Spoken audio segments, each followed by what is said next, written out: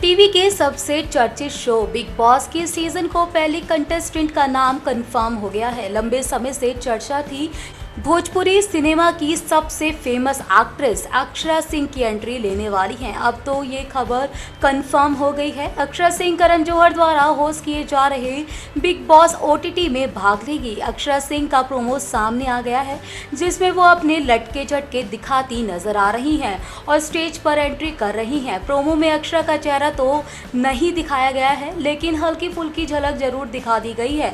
Video में अक्षरा कह रही हैं, जो लोग हमारी भोजपुरी इंडस्ट्री का नाम खराब कर देते हैं उनकी लबर लबर बंद करने आ रही हूँ। वैसे तो हम जबरदस्त रोमांस के लिए जाने जाते हैं, लेकिन ज़रूरत पड़ी तो हमें एक्शन भी बराबर आता है।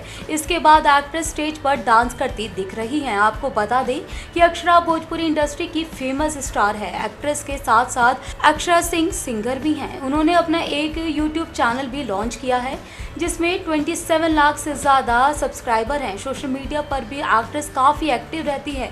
आए दिन इनके इंस्टाग्राम वीडियोस और फोटोज सोशल मीडिया पर वायरल होते हैं। इंस्टाग्राम पर उनके 3 मिलियन से ज़्यादा फॉलोअर हैं।